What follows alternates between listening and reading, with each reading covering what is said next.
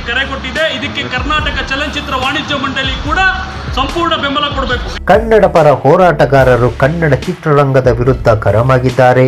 ಕರ್ನಾಟಕದಲ್ಲಿ ಪುಂಡಾಟಿಕೆ ಮೆರೆದಿರುವ ಎಂಇಎಸ್ ಸಂಘಟನೆಯನ್ನು ನಿಷೇಧಿಸಬೇಕು ಎಂದು ಒತ್ತಾಯಿಸಿ ಡಿಸೆಂಬರ್ 31ರಂದು ರಾಜ್ಯಾದ್ಯಂತ ಬಂದ್ ಮಾಡಲು ನಿರ್ಧರಿಸಲಾಗಿದೆ. ಆದರೆ ಈ ಬಂದ್ಗೆ ಕನ್ನಡ ಚಿತ್ರರಂಗದಿಂದ ಕೇವಲ ನೈತಿಕ ಬೆಂಬಲ ನೀಡಲಾಗುವುದು ಎಂದು ವಾಣಿಜ್ಯ ಮಂಡಳಿ ತಿಳಿಸಿದೆ. ನೈತಿಕ ಬೆಂಬಲ ಬೇಡ, ಬಾಹ್ಯ ಬೆಂಬಲವೇ ಬೇಕು ಎಂದು ಕನ್ನಡ ಪರ ಹೋರಾಟಗಾರರು ಪಟ್ಟು ಹಿಡಿದಿದ್ದಾರೆ. ಈ ಬಗ್ಗೆ ಮಾತನಾಡಿರುವ ಕನ್ನಡ ಪರ ಸಂಘಟನೆಗಳ ಒಕ್ಕೂಟದ ರಾಜ್ಯಾಧ್ಯಕ್ಷ ವಿಶ್ವನಾಥ್ ಜಿಪಿ ಅವರು ರಶ್ಮಿಕಾ ಮಂದಣ್ಣ ವಿರುದ್ಧ ಅಸಮಾಧಾನ ವ್ಯಕ್ತಪಡಿಸಿದ್ದಾರೆ. ಇವತ್ತೆಂತ ದುಸ್ಥಿತಿ ಬಂದಿದೆ ಅಂದ್ರೆ, ಒಬ್ರು ನಟಿ ಕೇಳ್ತಾರೆ ನೀವು ಕನ್ನಡದಲ್ಲಿ ಡಬ್ಬಿಂಗ್ ಮಾಡಿ ಅಂದ್ರೆ, ಇಲ್ಲ ನನಗೆ ಸಮಯ ಇರಲಿಲ್ಲ. ಹೌದು, ಇವ್ರು ಬೆಳೆಯೋ ತನಕ ಕನ್ನಡಿಗರಿಗೆ ಸಮಯ ಇರುತ್ತೆ, ಕನ್ನಡದಲ್ಲಿ ಬೆಳೆಯೋದಕ್ಕೆ ಸಮಯ ಇರುತ್ತೆ, ಕನ್ನಡ ಚಿತ್ರೋದ್ಯಮ ಬೇಕು, ಕನ್ನಡಿಗರು ಬೇಕು. ಬೆಳೆದಾದ ಮೇಲೆ ಸಮಯ ಇರೋದಿಲ್ಲ. ಯಾವ ಪರಿಸ್ಥಿತಿ ಬಂದಿದೆ ಅಂದರೆ, ಒಬ್ಬ ನಟಿಗೆ ಬೆಳೆಯೋದಕ್ಕೆ ಕನ್ನಡ ಬೇಕಿತ್ತು, ಆದರೆ ಇಂದು ಕನ್ನಡದಲ್ಲಿ ಡಬ್ ಮಾಡೋಕ್ಕೆ ಇವರಿಗೆ ಸಮಯ ಇಲ್ಲ ಅಂತ ಹೇಳ್ತಾರೆ.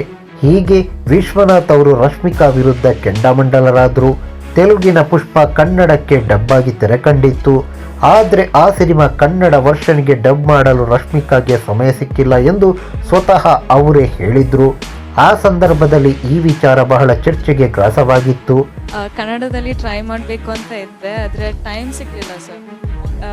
ತೆಲುಗು ಡಬ್ಬಿಂಗ್ಗೆ I think I took 3-4 days ತಗೊಂಡೆ. ಅದಾದಮೇಲೆ they'd already dub for Kannada, so there was no time. ಅದೇನೇ ಇರಲಿ, 3 ಬಿಟ್ಟವರು ಊರಿಗೆ ದೊಡ್ಡವರು ತಾನೇ. ಅದೇ ಚಾಳಿ ರಶ್ಮಿಕಾಗೆ ಬಂದಿರೋದು. ನಮಸ್ಕಾರ. ಈ ಮಾಹಿತಿ ನಿಮಗೆ ಇಷ್ಟವಾಗಿದ್ದರೆ ಲೈಕ್ ಮಾಡಿ, ಶೇರ್ ಮಾಡಿ, ಹಾಗೆ ನಮ್ಮ ಕೋಸ್ಟಲ್ ಕನ್ನಡ ಯೂಟ್ಯೂಬ್ ಚಾನಲ್ಗೆ ಸಬ್ಸ್ಕ್ರೈಬ್ ಮಾಡಿ. ನಮ್ಮ ಹೆಚ್ಚಿನ ಅಪ್ಡೇಟ್ಸ್ಗಳಿಗಾಗಿ ಕೋಸ್ಟಲ್ ನೆಟ್ವರ್ಕ್ ಇನ್ಸ್ಟಾಗ್ರಾಮ್ ಪೇಜ್ ಹಾಗೆ ಫೇಸ್ಬುಕ್ ಪೇಜ್ಗೆ ವಿಸಿಟ್ ಮಾಡಿ. ಧನ್ಯವಾದಗಳು.